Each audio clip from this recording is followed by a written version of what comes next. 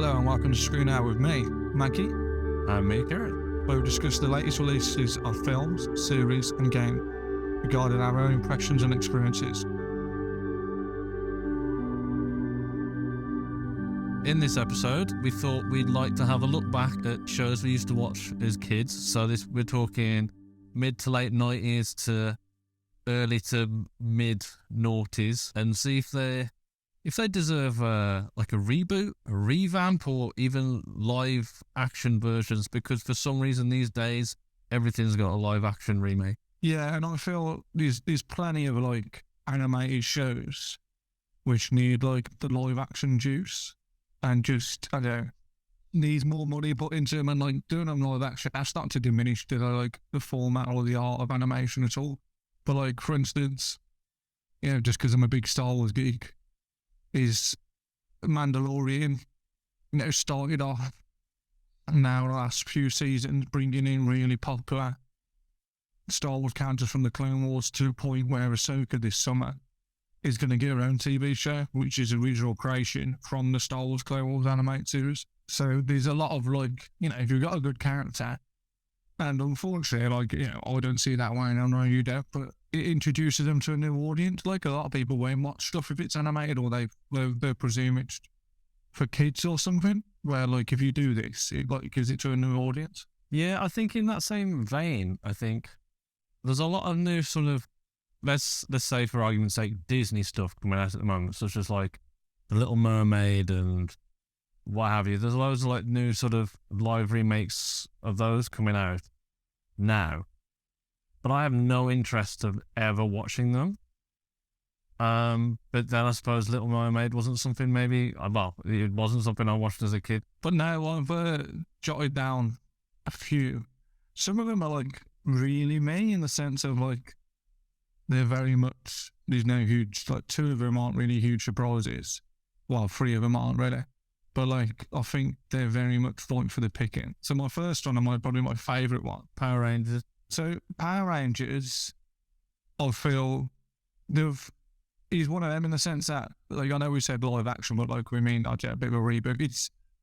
It's one of them in the sense that it's got, you know, it hasn't stopped. It's still going like 25 years later, and it's going strong, like type of thing. And they're constantly doing like legacy episodes. They are still dipping, like, which means they'll have like people from the last 20 years being it and stuff like that, which is quite cool. But a few years ago, they had a YouTube, someone made a, like, I don't want to say fan film, because Jason David Frank, like, God rest his soul, good old original Tommy, he was in it. And so was a few of the original Rangers, but it was like a dark sci-fi dystopian version. It was like Terminator meets Power Rangers. That was great. And I really like that. And so I think that's a really cool avenue they need to push. Was it like, was it taken seriously, or was it done with that sort of like kid edge where it's a bit too, not flamboyant, but that sort of stylized? It was taken seriously. It was quite good because, like, I remember, like, in fact, I think they were getting tortured, like, so that was really cool. What sort of age rating was it? I don't know, teens to 18-year-olds, like. Oh, right, okay, so it's not like... You wouldn't get like a kid younger than like 13 to watch a British Scar. I don't know, man.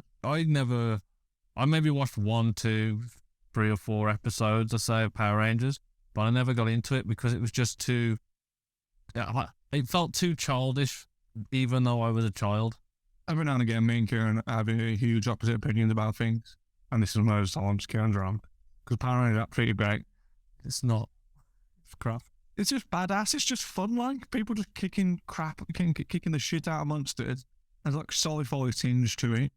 He's like, they're teenagers, like, every now and again they have a bit of high school drama, and like they fancy each other or whatever. And also, like, you know, they're superheroes before like the MCU and like DC tried to take over. So that was one of my soft ideas, but then he never got that written down, because I thought, like, again, like, that was too obvious to the point you even guessed it. My favourite one, and I'm just so surprised it hasn't happened, and it wouldn't happen now, but about 15 years ago would have been absolutely great. If you remember Jackie Chan Adventures. Holy shit, are you kidding me? I was just thinking about that because you were talking about Power Rangers. So Jackie Chan Adventures was what I've got down here, word for word, is I wrote, it's a no-brainer in the age of Pedro Pascal adopting kids. It's an action kung fu comedy about family. Family. It's all about the family. So Jackie looks after his niece, Jade, and she's just like a young teenage girl with attitude. And then his uncle has got like an antique shop, and they're looking after these antiques, and he's looking after her. And then next thing you know, typical Jackie Chan shenanigans. They have these talismans, like the 12 talismans, and each one of them has powers, don't they? So like the rabbit's like speed, or the ox is strength and such, and there's like teleportation and mad shit like that. And he has like invisibility. And like these gangsters are after him, and Jackie is trying to track him down as well also, and like Jade's within the kid. And it's just them just having like, spoilers, Jackie Chan adventures, and it's a bit of a laugh. And it was just, I remember like, I got really into it. I'd watch it a lot. It was on Fox Kids. I looked up. It came out in like 1999 or to 2000s maybe. Yeah, I can't remember what channel I watched it on, but I know I watched, like at my house, we literally only had channels 1 to 5, right? And then like Freeview channels when they came out. And it was only when I went to my grandparents where they would have Cartoon Network. Yeah. So I might have seen it on Cartoon Network. I remember it being on Fox. Do you remember Fox Kids? That was sick. No, I didn't have any Sky. I didn't have like Nickelodeon or Disney Channel or any of that growing up. I was a Cartoon Network kid. So I think they had like Virgin Media or something, and it was a package through Virgin Media or something. So, and that was like not even once a week. That was maybe every 2 weeks or something. We saw my grandparents, and yeah, like, you know, your parents would be chatting, whatever bollocks they were chatting, and then me and my brother would just be with the TV. What on do you have? What ideas did you have? Like, this is a bit of a rogue shout from me, but do you remember Rugrats? Yeah, I fucking love Rugrats. I cried watching the Rugrats movie. Yeah, Rugrats was such a weird, like, thing for me to think about at this age now, because it's basically like literally toddlers trying to make their way in the world as if they're grown-ups, sort of thing. But I was just thinking about like the films that they did that came out, and I was like, they were actually quite enjoyable. I mean, I dread to think what it'd be like to watch that now. Is probably awful. And if they were gonna get like a reboot or something, I do not want a live action remake of Rugrats, because that'd be fucking terrifying. I mean, cats and dogs, when they put the voices to the cats and dogs and artificially move their mouths, that looked ropey as hell. But if you're gonna do that with Rugrats, that is gonna be the scariest shit you've ever seen in your life. To be fair, actually, yeah, if they did it as a horror, that would be kind of brilliant. Some like suspense horror, not like more suspense sort of thriller than horror. Yeah, suspense thriller. Like Chucky. Yeah, but but not quite as like on that level as horror. So it's sort of like younger kids can watch it, but not like, you know, kids younger than say 12 can watch it. So it'd be more of like a PGA. Is that what we call it? Yeah, I know what you mean. I think that's parental guidance. Oh yeah, I suppose that would be accompanied by an adult, but yeah. Or is it PG-13 or something? I don't know. I can't remember what all the different ratings are now. I don't know, because we don't have. As kids, we were always like, oh, what age rating is it? Oh, I can't see that one. Whereas now it doesn't matter. You just watch what you want. I think it's PG, and then it's just 12A.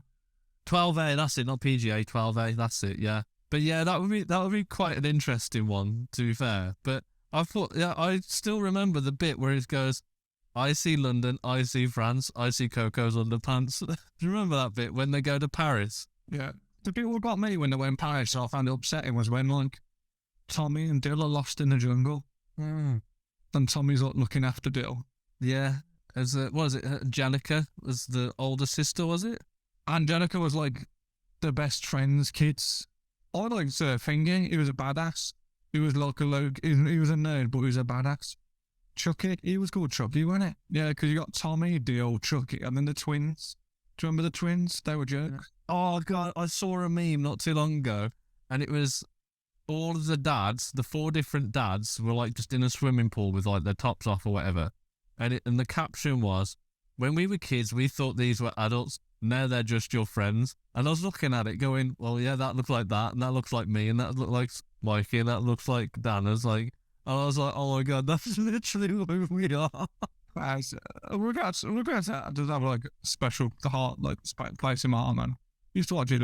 So go on, you can go for the next one then. One I had, which is like I said, a couple of these, like Jackie Chan, and the next one is like not mega surprising, but again, I feel like they should have done it by now. Is the Batman Beyond TV show, the animated TV show which came after the Batman animated series, with Terry McGinnis as Bruce, well, as Batman, sorry, instead of Bruce. Terry's more optimistic than Bruce, and you still get Bruce in the picture. He's just older, and if you can imagine it, even more cynical. And because all the times moved on, like Bruce is about 60, and Terry McGinnis is like 21, 22 or whatever. Well, actually, he's probably even younger than that because he's in high school. All the law moves on with him. So you're like there's bits in it where you have like Talia Ghul when she's old. Then you have Bane when he's really old. There's a bit where Bane's like dying in like a nursing home. Well, something, and you think he is. And then he gets more venom. And then he soups up venom. And that turns him into an absolute beast. And it's just a different take. And like there's different stuff where like this is spoilers for a film that came out like only 20 years ago. But there's a bit in it where the Joker turns out to be Tim Drake, with like the way he done that with his microchips, and Tim Drake is one of the Robins. And the way he managed to get his personality onto a microchip, and he put it onto Tim Drake. And he also I don't know. Again, it's one of those films and TV shows where, yeah, it was for kids, but like there's also torture in the film. So, I don't know. Is it really for kids? Does it mean it's not great? So Batman Beyond was like something I just feel like is right for the picking, because we've had Bruce be Batman, since in films since 1989. Well, obviously in comics for longer than that, like nearly 80 years now, or just over. It would just be cool to have that new setting. Do you think it should be done like how they've done Into the Spider-Verse? It should be done like that sort of thing, but for Batman. No, I think it should just be live action, because it should be live action. It should even be animated. It should be like actual people. Yeah, go for it and just bring Terry McGinnis into it, because we've had so many films where Bruce has been the Batman. Like, you could even, I don't know, it could just be Keaton. Like, I know they're bringing Keaton back in The Flash.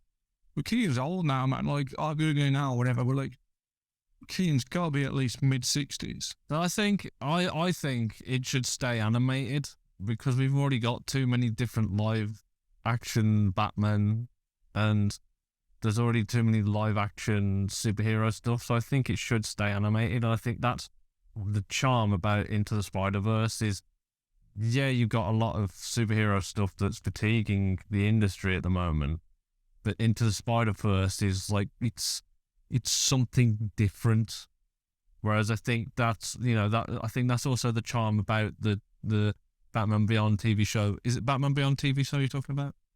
The Batman Beyond just Batman Beyond, it was called. What the man does so well is because it's the directors behind it make it like so fun and like weird and quirky. But that's because it leads into so many different multiverse theories and different Spider-Man. Well, I feel like the Batman Beyond, it was more optimistic than like the animated series, which wouldn't be hard. They're really in a lot of senses, but it was still more serious than the Spider-Man shows. Well, the Spider-Man film. Oh no, I'm not saying like you do it like identical with a different Spider-Verse and a different Batman and stuff like that, and doing it as a light-hearted or whatever. I just mean it should probably stay animated, because there's an art. It feels more of like a precious art form, to the original sort of thing. I think I could do it now. You just have Keaton and Timothée Chalamet do it. Timothée Chalamet will make a sweet Terry McGinnis. He's not in the MCU or, he's headlining June, don't get me wrong. But that's what I think. I'm just surprised they haven't done it yet. What else are you thinking? Another one that comes to mind for me is the Wild Thornberries. I saw that when I was thinking about it, Yeah, I quite like that. I remember thinking that I was just like fucking nuts, like in a good way. I remember the dad being mental. Look back now, he was on speed, like. Eliza. Yeah, like, there was the ginger. There was like him, obviously the mum. So it was Nigel. Well, Nigel's the dad. Nigel Thornberry. And you had the kid who looked like he was from Tarzan, like he was like. Donnie. The one that says, that's Donnie. Yeah, Donnie. Well, you say he's feral and mental, but it was actually, he was saying everything backwards. Still not normal though, is it? No, it's not normal, no. But everyone always thought it was like nonsense, but it wasn't nonsense. It was just he was saying things backwards, and I can't remember like the reasoning for that now. It's probably got something to do with the fact that he grew up in the fucking outback of Africa or wherever, and, you know, his only friends are animals. What did I say? Is Nigel Thornberry voiced by Tim Curry, apparently. Yeah, that was Tim Curry, yeah. Tim Curry's great, look. He's a bit fucked up, bless him. I mean, he was definitely an actor for the 90s, he was. You haven't heard from him since. He's really in, isn't he? But I think I believe there was a film. Yeah, I think it was called The Wild Thornberries, the movie. I think that's actually what it was called. And they send Eliza to a boarding school in England. The Wild Thornberries were English, but they send her to a boarding school in England, and it's about her missing her family and being in Africa. And then she realizes that Darwin, who is her monkey friend that dresses in human clothes. Yeah, the smart one. He was like, yeah, that's Darwin. He's not really with it. Oh, it makes sense in being Darwin, I suppose. Yeah. And he he's stowed away in her luggage or something. I'm trying to remember now. And then she tries to go back, but then there's like poachers and hunters and stuff, and they're basically creating like a safari or something. I'm trying to remember now, but it's not as light-hearted and as fun sounding as a safari may be. But they're basically cornering off like large areas of Africa and the Sahara and stuff, and electric fences, and to keep all the animals contained in one area or something. Or I'm trying to remember. I don't know if they're doing that to like pincer them all into one area so they're easier to kill for their tusks or something. Or I'm trying to remember now, but I remember watching that film. Like, I've watched that film a lot of times when I was a kid. I really enjoyed it, and I always expected another one, but it never came. And I'm sad about it, like, because I would love to see another one. And like I said, I don't want a live action remake because I think it would be terrible. But I think in the same art style as the TV show was and as the film was, I mean, hell, could we even get the same actors? That would be interesting. But that would be, I would enjoy seeing a sequel, even if it's not like a sequel in the sense that it carries on from the next one, but like another film of its own entity sort of thing. That I do want to see another one. Apparently, looking up now, Tim Curry is alive, but he had a major stroke in 2012. 2012, 11 years ago. But yeah, he still does voice work. It was just mad, like, it was a good laugh. Oh, it could go around the jungle and stuff like that. Yeah. And then her older sister was always like, I think phones had just come out, and she was always trying to take photos or text her friends, but she was always like image conscious, whereas like Eliza was just like invested in being in the wilderness. She was in amongst it, weren't she? Like she had like the big glasses in it. Yeah, right. Big top and that stuff. Like, and then, if I remember correctly, the sister was like quite grungy, weren't she? But like, as you said, she was quite vain. She had like the flannel top. If I want to look at it now, yeah, I remember that. That's like, it was quite cool. We both remembered. I'm gonna guess that the film came out in 2000 and it's either 3, 4, or 5. So I'm gonna go 4 in the middle. But I think you're 2 years out apparently. This article is about the series for the 2002 film, The Wild Thornberry movie. 2002. Oh god, that's 20 years ago, mate. That's 21 years ago. 21 years ago. Holy shit. I think we're well past due for a prequel. Sequel. We'd like to take a moment to thank you for listening to us. And to help further our aspirations, we would forever appreciate it were you to like, subscribe, and follow us on your preferred platforms. You can find us on YouTube, Spotify, Apple, and Instagram with our handle, The ScreenHour. And if you'd like to participate in an episode, leave your thoughts on what you'd like to see us cover next.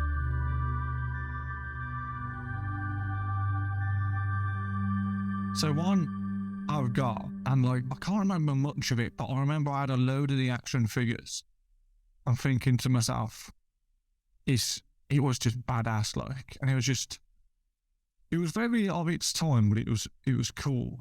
Do you remember Biker Mice from Mars? Biker Mice? No? I thought you were going to say Biker Grove then. Nah, because basically, yeah, it's clues in the title. It was these jacked mice who were all bikers, all had like Harley Davidsons. Jacked Mice? Google it now, look. So the theme tune is sick. It's basically just they're rockers, like, and the theme tune is like a heavy metal guitar going for it, and they escape Mars, and they come to Earth, and they're just like vigilantes on Earth. It's like, but like quite different. It's to the point where they're more badass, but it's like Teenage Mutant Ninja Turtles. Honestly, I've just looked at them now. Came out in 93, 3 seasons. I do not remember it, but I remember the art. I remember like seeing the art of these mice, but I do not remember the show whatsoever. Yeah, so to be fair, I don't know why there must have been showing reruns when I was older, because I was obviously born in 94. So by the time I was watching TV as a kid, it would have been and gone, like 3 seasons, not 3, obviously. Yeah, it would have finished in 96.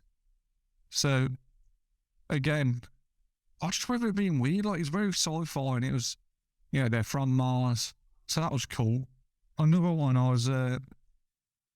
it's kind of cheating because they've tried to do it, and it was crap. It was dog shit, the film. And I say this because I love to bits both shows. So I don't even know if I want it, but they're doing it. So again, it's kind of cheating. Is the Avatar TV series, like Avatar: The Last Airbender? Oh, the dude with the arrow in his head. Well, there's a bit more to it than that, but Yeah, me and my brother always like, what's that stupid show with that guy with an arrow in his head? Shit. it looks shit. Well, Kieran's a wanker, innit? So everyone looking forward to them doing Avatar: The Last Airbender if they do it right. But the books, the books, I call it the books because instead of season 1, it's like book 1, book 2, because he learns the element. They're so tight, the story arcs they're doing them are flawless, and it's one of those good animated shows where it's for kids, but is it really for kids when it explores like, I don't know, PTSD and like slave encampments and, I don't know, having teenage relationships and, relationships dealing with grief and stuff like that. So, it was just a really good show. I watched it. It came out, I wouldn't even say, if I do it now, it wasn't when we was quote-unquote kids. So, I would say when I was, 2005, so I was just about to go into high school then. High school? Yeah. You mean secondary school? Secondary school. Oh, fuck off, Kieran, you pedantic sod. It's high school, most people call it. Just saying. Yeah, literate fuck, that's all right, Les. Literate fuck, son, man. 2012, The Legend of Korra came out. So Legend of Korra came out like a long time after. But Legend of Korra is like, it's one of them things where it's just as good as the sequel series, like. I do remember the name Legend of Korra, but I don't ever remember watching it. What's Korra about? Is Korra is older when she's down like Aang when he's the Avatar. So it's kind of like they know their audience has grown, so they'll have more like, again, it's not like, it's not X-rated by no means, and like it's still a kid's show, but they seem to deal with more adult things there, which is good. And the whole like universe and the lore has explored, has grown more. So there's cities and there's more of an industrial revolution as opposed to like tribes and stuff like that. Again, this is a bit off topic, but I'll definitely give it both of them a watch.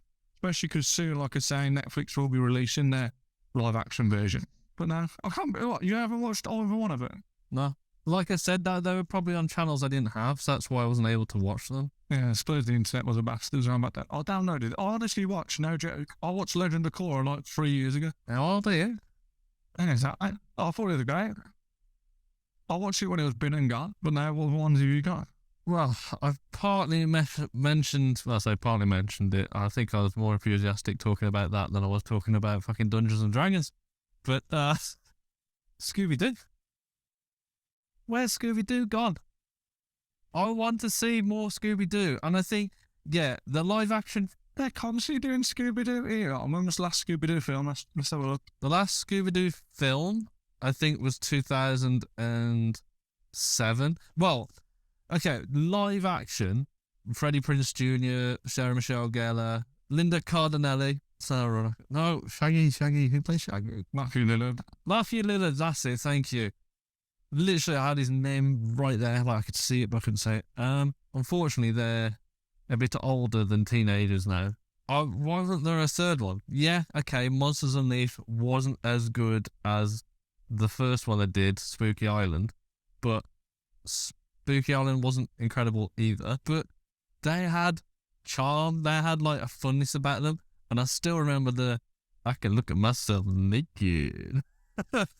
As kids, it was like, whoa, what are these feelings I'm feeling? Apparently, Adam, here, 2009, Scooby-Doo The Mystery Begins is when they're younger, like actually in high school, and that has, you call it like this to a degree, is Robbie Amell, Stephen Amell, and the guy, Robbie Amell, Stephen Amell's cousin, plays Fred. And like that was like a bit of a prequel film they do. I don't know how well done that done. I don't know. It's got 5 out of 10 on IMDb. So to be fair, most of the Scooby-Doo films, even the animated ones, never got high ratings. It was just sort of what you wanted from them. But I'm pretty sure, like Scooby-Doo, I think the first one, I think that came out in 2002. The sequel came out in 2004, and we've had like nothing since. Like no sort of like you say we got that one in 2009. No one's ever heard of it. I would have heard of it otherwise. Die-hard Scooby-Doo fan. If I don't know, no one knows. But yeah, like we've had some like there's animated ones like I've mentioned that have come out since, which I think is good that it's still going because I think Scooby-Doo is great. I mean, there used to be a TV show called What's New Scooby-Doo. Do you remember the theme tune? Yeah, I remember that. That was alright. Oh, wasn't it Scooby-Doo? They're coming after you. You better solve that mystery. that was the show on when we were kids. So that was like Scooby Doo, wasn't it? Yeah, that was just the shows. Yeah, That was the show. I'm pretty sure that's not going anymore. Oh, I'd love to see a new remake. And I know last year in an episode we did, I mentioned that I came across a YouTube channel called Mystery Inc. or Mystery Incorporated, I think they're called actually, and they're creating their own TV show on YouTube around Scooby-Doo basically, and about how the gang gets all together. It's all crowdfunded, and there's one episode up there, and I did mention in the episode that these are worth a watch. I did really enjoy it, to be fair, and they hit like the tropes and stuff on the head. Some of the high school stuff that you call it. I mean, in America it is high school, but some of the bits there I thought were like just a bit cringe. Like some of that, like it was too high school vanity jocks and popular kids and stuff. It felt a bit, whereas you didn't really always get that sense in the films or in the TV shows. It was like, yeah, you got it, but it wasn't like that. I don't know. Maybe if I watch it again now, maybe I do feel that level of cringe even more so now. But yeah, it was good to see that someone was creating a new TV show for Scooby-Doo, and I think they just said they've now hit their pricing for the second episode, so they're now in the process of making the second episode, which is a shame that they didn't get all like the money and everything up front to do the whole season. They're doing it per episode, which is like good in a way that they don't have like a load of money and then they've got the stress of making all these episodes. They've just got, you know, the money to do one episode, and then we'll see if we can get another episode done or whatever. And what's really cool with that, in a weird way, is that the guy that plays Fred and the girl that plays Daphne actually got married in real life as well. Like, that they met each other on that, or like. So I think they knew each other beforehand, because I think it's way too coincidental that they got married after doing that, because that's literally what Freddie Prinze Jr. and Sarah Michelle Gellar did. Is like they met each other doing Scooby-Doo, and then they got married. Fred and Daphne, who are meant to be like on and off again in the world of Scooby-Doo, the actors actually got married, and then that happens with the YouTube TV series as well. Like that's a bit weird. But I thought it's like, oh, that's nice. He's doing quite well. Like, it's got 3.7 million views. Like you say, like last year. Yeah, it's definitely worth a watch. Like if you enjoy Scooby Doo, and I think it's good. And again, it's that live action remake that you want to see again. But I'd like to see another film sort of thing. But again, just watch all the animated films that you can get, and it's like the ones I mentioned: Ghoul School, Cyber Chase, the Boo Brothers, Zombie Island. The guy who plays Fred looks 45 in the in this YouTube thing, mind. Yeah, he does look. They do look a bit older. I'll give you that. They all seem to be good looking and costumed up there.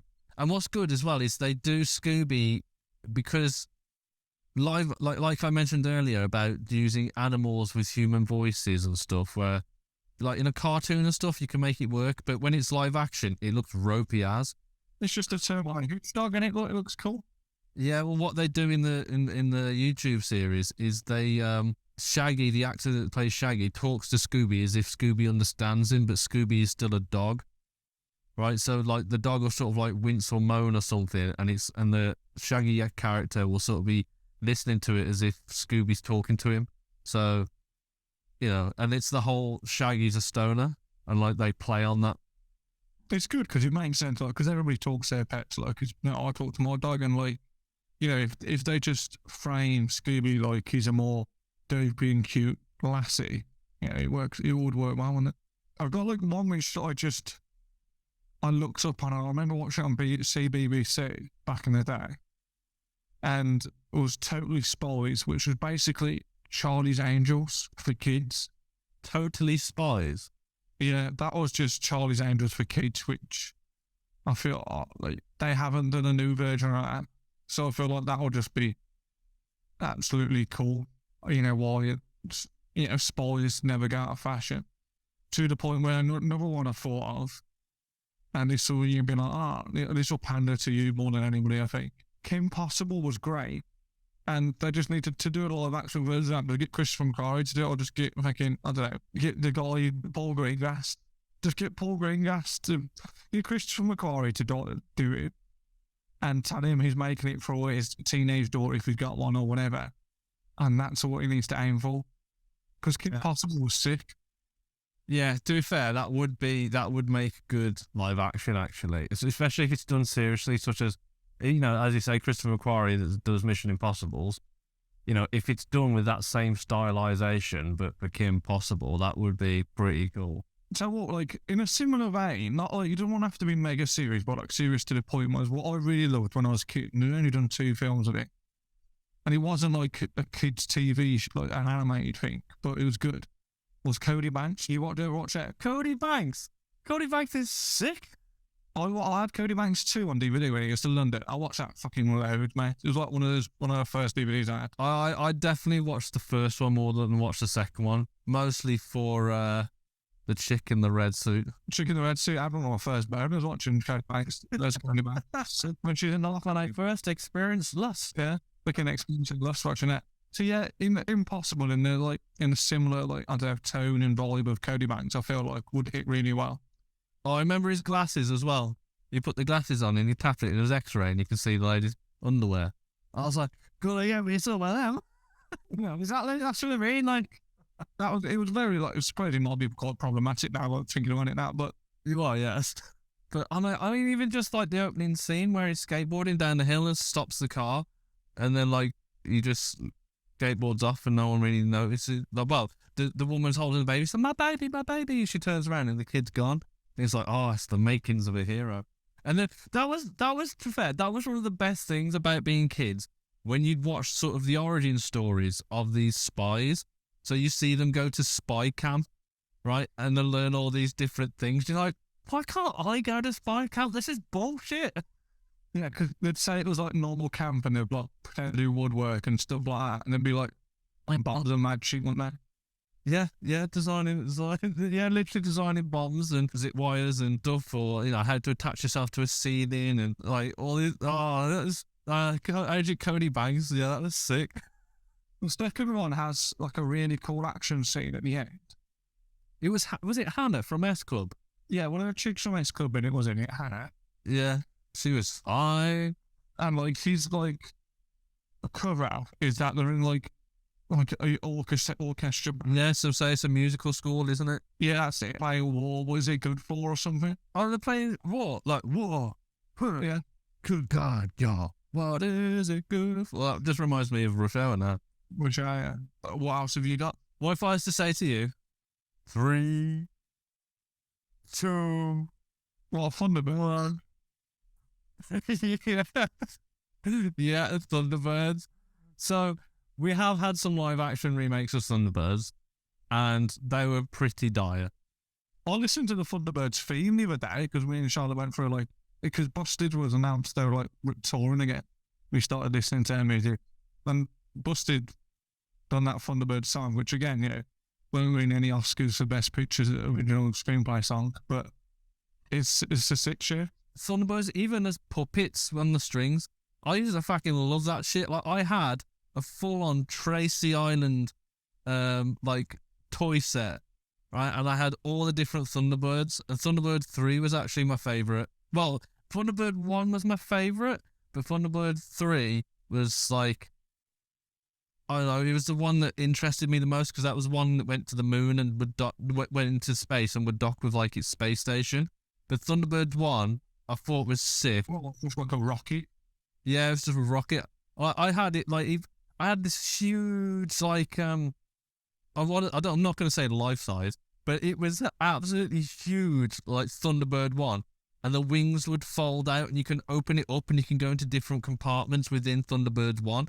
And then my brother had Thunderbird 2, which is like the green sort of it looks like a turtle basically, turtle shell. And he had a massive one of those that you could open up and you could play with inside as well. We had the absolute time of our lives with that shit. And I would love to see Thunderbirds again, but if we could get a live action remake of the Thunderbirds, but it's done good. It's not done as like a joke sort of thing. It's done in like a serious manner, kind of like how Alex Rider Stormbreaker was done. Remember that film that came out? It was quite serious. Yeah, that was good. I enjoyed that, and I think it's a shame that they didn't do the next book, which was Skeleton Key, and then all the other ones afterwards. Because I thought Stormbreaker did really well at the cinema. I thought everyone loved it.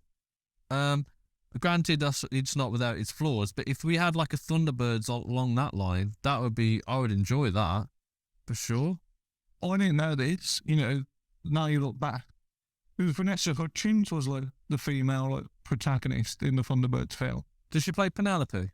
No, she plays Tintin, don't she? Penelope's British. Tintin's like the love interest for Anna, who's like the youngest Tracy King. Ben Kingsley, his cat was called the Hood. Oh, the Hood. Sophia Miles played Penelope. Parker, as well as Penelope's driver. But he was called Parker, wasn't he? Here's a nice little loose connection to one of our favourite classic films. Do you know who plays Brains? In the 2004 film. 2004, plays Brains. No, I can't think. 2004. Goose from Top Gun, like the original Top Gun. Serious? Anthony Edwards, yeah. That's mad, though, isn't it? I would never, obviously you wouldn't pick up that as a kid. No, yeah, that's swings around about. It's like, to go from that to playing Brains, I mean, that's quite a downfall. Both jet pilots, both Philadelphia jet pilots. Brains wasn't really a jet pilot. He was, spoilers, the brains of the whole operation. He was the one of doing the science. But yeah, I remember that. I went to the picture, I watched it with my cousin and my nana. It was a good laugh. I mean, it's not like, if I was to watch it today, it would be a bit shit, but I think it just needs to take itself a bit more seriously rather than being too kid-friendly. Yeah. But then even some kid-friendly films can be good. It's just, it's whether or not they take it seriously. If they just joke, or... Yeah, I don't know how to describe it. Like, that sort of, lackluster of dedication to the film where it just left in some sort of half-assed manner. I don't know. So the last one I've got, and it's more of a I couldn't tell you I'd cast it, but if you'd done it well, I tell you, I just thought you'd cast it. And when I say an adult version, I don't mean like a porno, but one more aimed for adults. Oh, yeah, don't discount the porno yet, mate. But I don't know where you're going with it. Yeah, I don't. Again, like I think it could be jokes, and it could be something on Adult Swim. Is Johnny Bravo? Do you remember Johnny Bravo? Oh yeah. Hey, mama. Hey, well, you could just get John Cena to play a live action version. Oh yeah, that would work. It could just be like in the same, like, well, hopefully less problematic now, in a similar vein to American Pie. Yeah, I could see that. Him just being vain, and like American Pie means like super bad kind of Judd Apatow, like type of thing. Just some jack guy making a fool of himself, being really vain and like thinking he's God's gift, and he got just making some mishaps and some misadventures type of thing.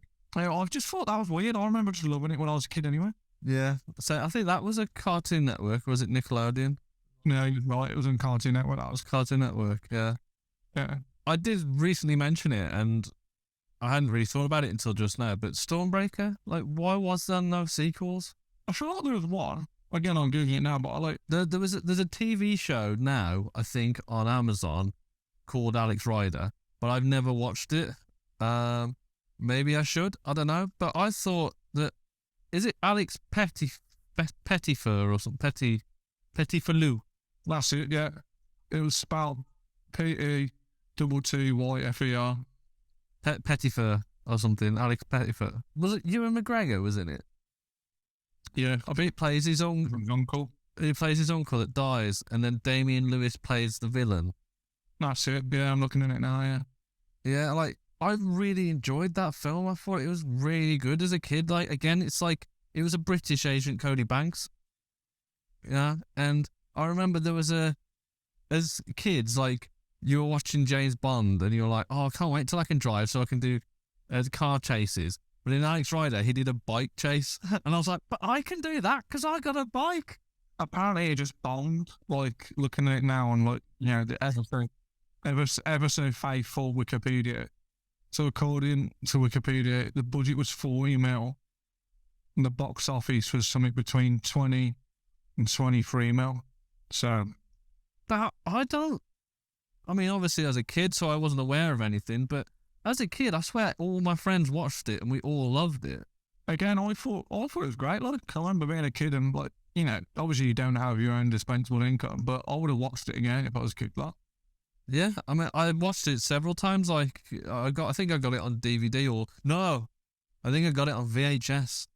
No, apparently they've done a video game, which is pretty mad to think on now.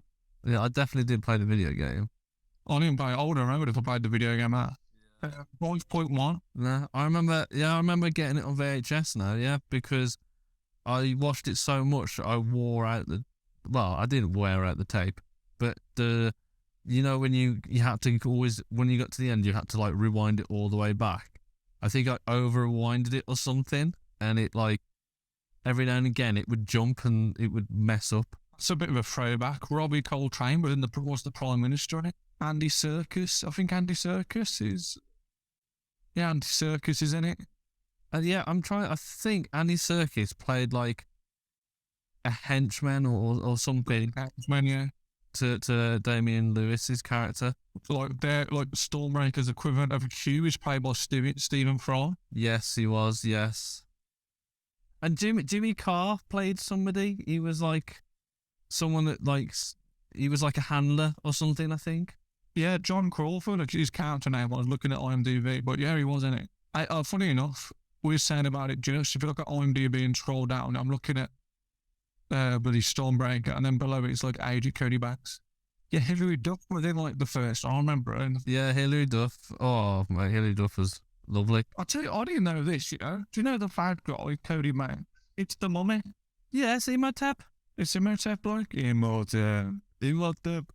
There's an inside joke there between me and Mikey, because we were at Mikey's mum's 50th birthday party a couple of years ago. Sorry, Julie, for mentioning your age. And there was a bloke there that one of her friends said he looked like Imhotep, and then that just became a funny joke the more and more we drank alcohol. Yeah, and to be fair, he does legit look like Imhotep. But he was like the henchman, though. It's Ian McShane is the actual bad guy. Oh, Brinkman. Yeah. Yeah, because it was nanites in the ice cubes. I vaguely remember it. I can't remember rewatching that. Yeah, I know. And that's the whole purpose of this episode, is these are things we watch the kids that we'd love to see again, but not just watch the old ones again. Where's the new stuff? We want some new stuff. I mean, shit, if we get Frankie Muniz back in as Cody Banks, then that's what it is. But I know he's doing NASCAR now, I think. Oh. But watching the trailer for the original now, like, it's just, it's just little Frankie Muniz seeing this woman in a catsuit. I remember that now. What a down school, yeah. I remember the music. It's getting hot and bow bow. So hot it hurts. Well, he goes to a high school, then he has to, isn't Hilary Duff's character, she's rich. She's minted? Yeah, so he has to have all this rich stuff to impress her. And, yeah, he needs to get in because her dad's a scientist working with Brinkman. Yeah, that's it. But then they end up falling in love. And then at the end of the film, it's like she finds out he's an agent and then they're all in love. But then come Cody Banks in London, Hilly Joffu. And she's just not there. She got pied off like every other babe to a spy. Yeah, it's all about Hannah from S Club. Is it Hannah? Yeah. S Club. Paul Dolly did a win. God bless. Yeah, I know. Yeah, it was Hannah. Kieran was right. Hannah Spirits. I always fancied Rachel though. Rachel Stevens. Everybody did really, to be fair, didn't you? Yeah.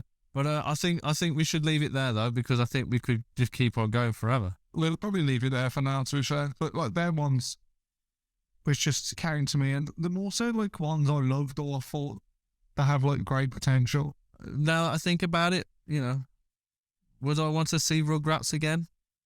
I don't know, but I think it was worth mentioning it just so we can have that memory, that little nostalgia. I think I would, if it was done well. I'd to a degree. Yeah, I think I'm riding on the idea of still having that sort of suspense thriller of the Rugrats. I don't know, hopefully it's not like that Winnie the Pooh, which that Winnie the Pooh thing got a 0, everybody hated that. I don't know anything about that. They made Winnie the Pooh into a horror film. You're not seeing that. Google that in a bit. It's fucking mental but shit. Mental but shit. Yeah. Sounds great. You sold me. You sold me. Alright, well, we'll leave it there then. We ran over a bit, really. Apart from, getting unbelievably hyped for Star Wars, something like that. And just training this week, I don't really have much to watch. I watch Vikings in the background. I've been watching the trash reality TV show known as Love is Blind on Netflix with Charlotte, which is just absolutely hilarious because it's gone full circle now that the point is on the show is that you meet the other people who want to fall in love through a very thin piece of wall. So you don't know what they look like, and if it's a bit spoilers, Love is Blind, so you don't fall in love with their looks. But half the people on it at the moment are the most vain fucks you'll ever see. Well, duh. Yeah, obviously it's a reality TV show, but it's very paradoxical for them to go on a show called Love is Blind.